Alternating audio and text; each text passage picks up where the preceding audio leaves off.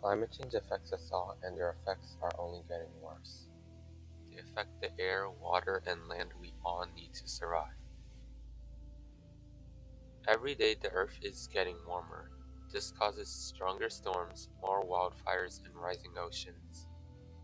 In the past, sea levels have risen 8 inches since 1880.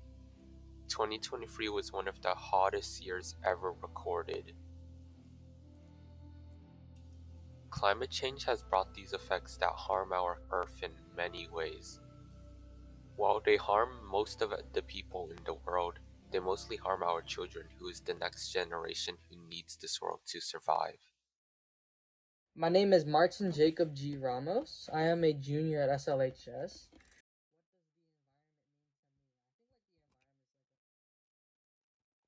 I think like the environment's like a really cool place. Like this is beautiful, like the processes and how it works and how everything like works together and like harmonies. I just think it's really cool. It's also it also looks really nice. That's also just really helpful to us.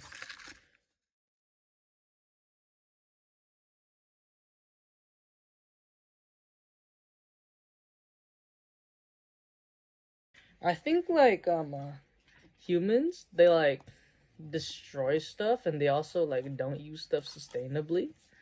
So like it's like let's say like overfishing that kills the cycle and stuff and just makes it so that everyone loses. And there's also like deforestation that like destroys like the balances and like species and like screws up their homes and stuff. And that's like really important to their survivability and also just like affects everything else basically by just destroying the environment.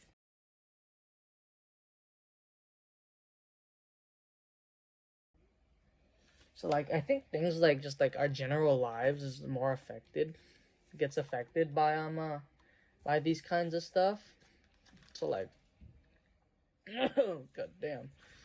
So like there's like medicines and stuff that come from like a specific part of the world where like you can't where like yeah, you kind of need that part to be alive to like in a forest, like in a rainforest where it's like where only there's like a plant species that's like that holds like the cure for cancer. Like just a bunch of medicines and stuff that normally help people are grown in the forest. And also there's like livelihoods and peoples and livelihoods that like also get affected. So how have you as an individual have done support? Honestly, I've been like doing like I wouldn't say that I've been like helping the environment, but like I've been making like more conscious decisions to like oh maybe I shouldn't use a water bottle after like the school gave us like those hydro flasks. I think that's like better than using water bottles. I still do, but like just a lot less. I don't bring one to school every day.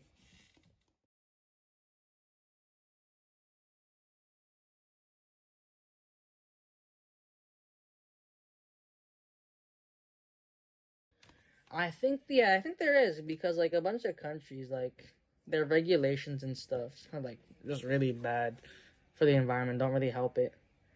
Like, yeah, like I feel like just like countries and stuff should like regulate more and like try to like set aside more land to like protected land and stuff to like help the environment and species. And I think us as like people should also like do small things. Pollution makes things worse. Over 8 million tons of plastic go into the ocean every year, which hurt our animals and ecosystems. Did you know that 90% of people actually breathe polluted air? And air pollution actually kills over 7 million people yearly. There are many people who are not aware of these effects, and there are many people who want more people to know about these harmful changes to our planet. While it is important for children to know about these issues, it's important for adults to know these issues as well. Yeah, my name is Victor Doan. I am a teacher here at San Leandro High and also the cross country coach here also.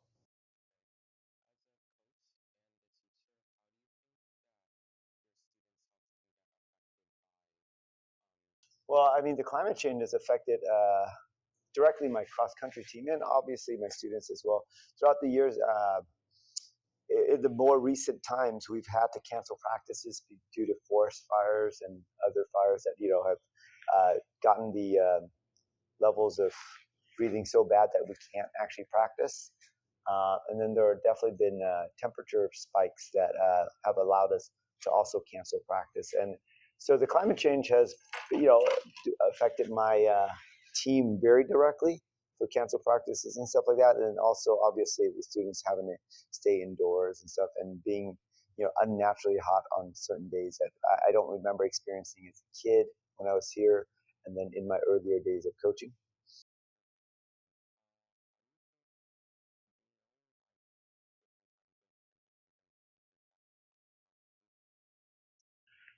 Well, I mean, I don't know, in terms of exactly, but I know that there's just an increased amount of asthma found in kids. And, I used to teach down in LA, and the pollution is really bad down there.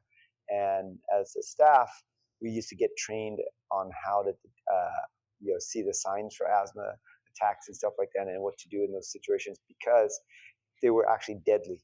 Whereas here, I think it hasn't been that bad, so people that's not a priority yet, or critical training for teachers and other staff.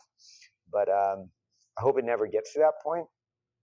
Uh, so I mean that's definitely one of the things I've seen personally, um, just as a teacher and a coach.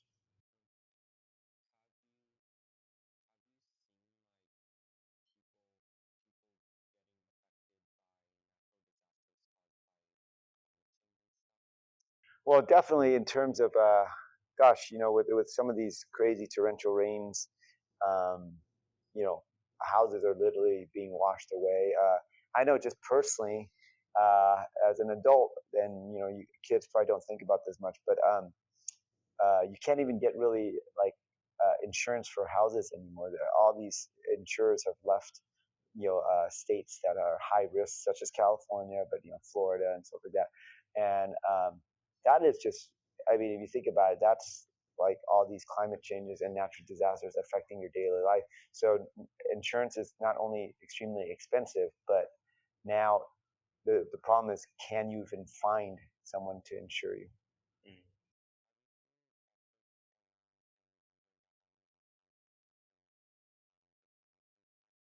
Yeah, the city of San Leandro has a department, or at least a position on sustainability. One of my former students actually was working for the city in that department, and I know they have they're trying. I think a lot of places are putting that into part of their city management plans.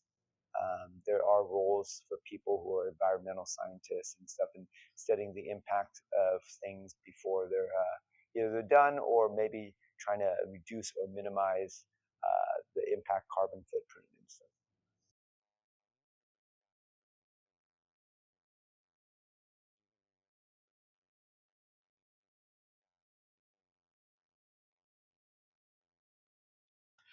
That's hard to say. I mean, I guess it just depends on what the current political administration would like to do, right? From and I don't follow it too much, but from what I understand, like different groups have different priorities and agenda, and so if they roll back things to protect it versus increase the stringency and stuff like that, until it affects us so badly, I think most people will not do what it takes to actually reverse it. We can probably slow it down, personally, in my opinion, but I think just human nature, until it hits you directly, most people kind of don't pay attention enough until it really like hits home.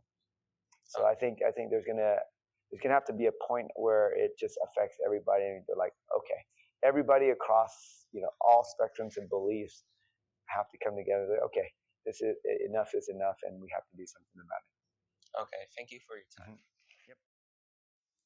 There are an estimated 75 to 199 million tons of plastic waste currently in our oceans.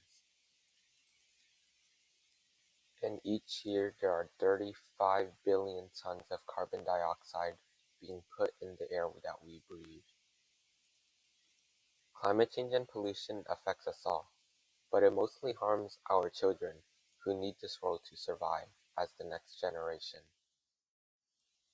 Typically, it's the job of adults to organize such events or do efforts to help the environment, as many children are not fully aware of these issues yet. Hi, my name is Micaiah Woodbury, and I'm a student that goes to St. Leger High School.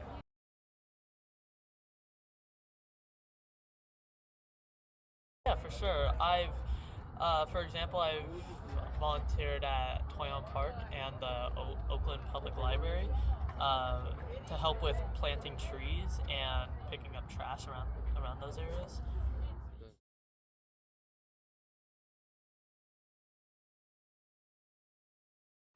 Yeah, I do. When I go to these events, I tend to rely on the people that I go with, and and when working with these people around me, it makes it one better for me because I can communicate with others about uh, volunteering in general and just helping out with others that also care.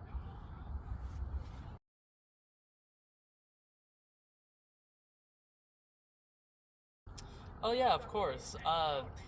The point of these events are like to bring people closer together, and with with a bunch of people, a bunch of like-minded people, uh, talking, socializing, working towards a common goal. Like it's it creates a sense of, like you said, community with um, one's with another, and that aspiring goal could definitely lead to something better.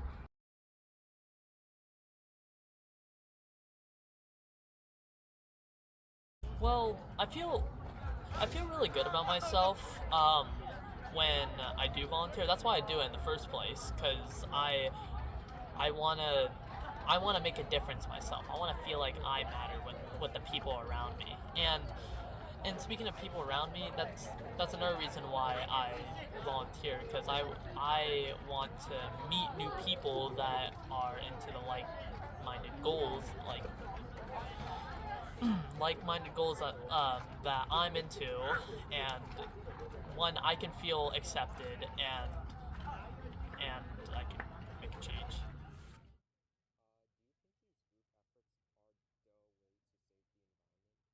Oh yeah, for sure. It takes as many people as we really can to actually make a difference in the community that we live in today. And every helping hand matters a lot. And with whatever we're helping with, whether that be the environment or something else, like every single person is valued for what they contribute to. Hmm. Okay, thank you for your time. Of course. While the awareness of these issues increase, there's still many bad things that happen because of people in this world. But there is still hope.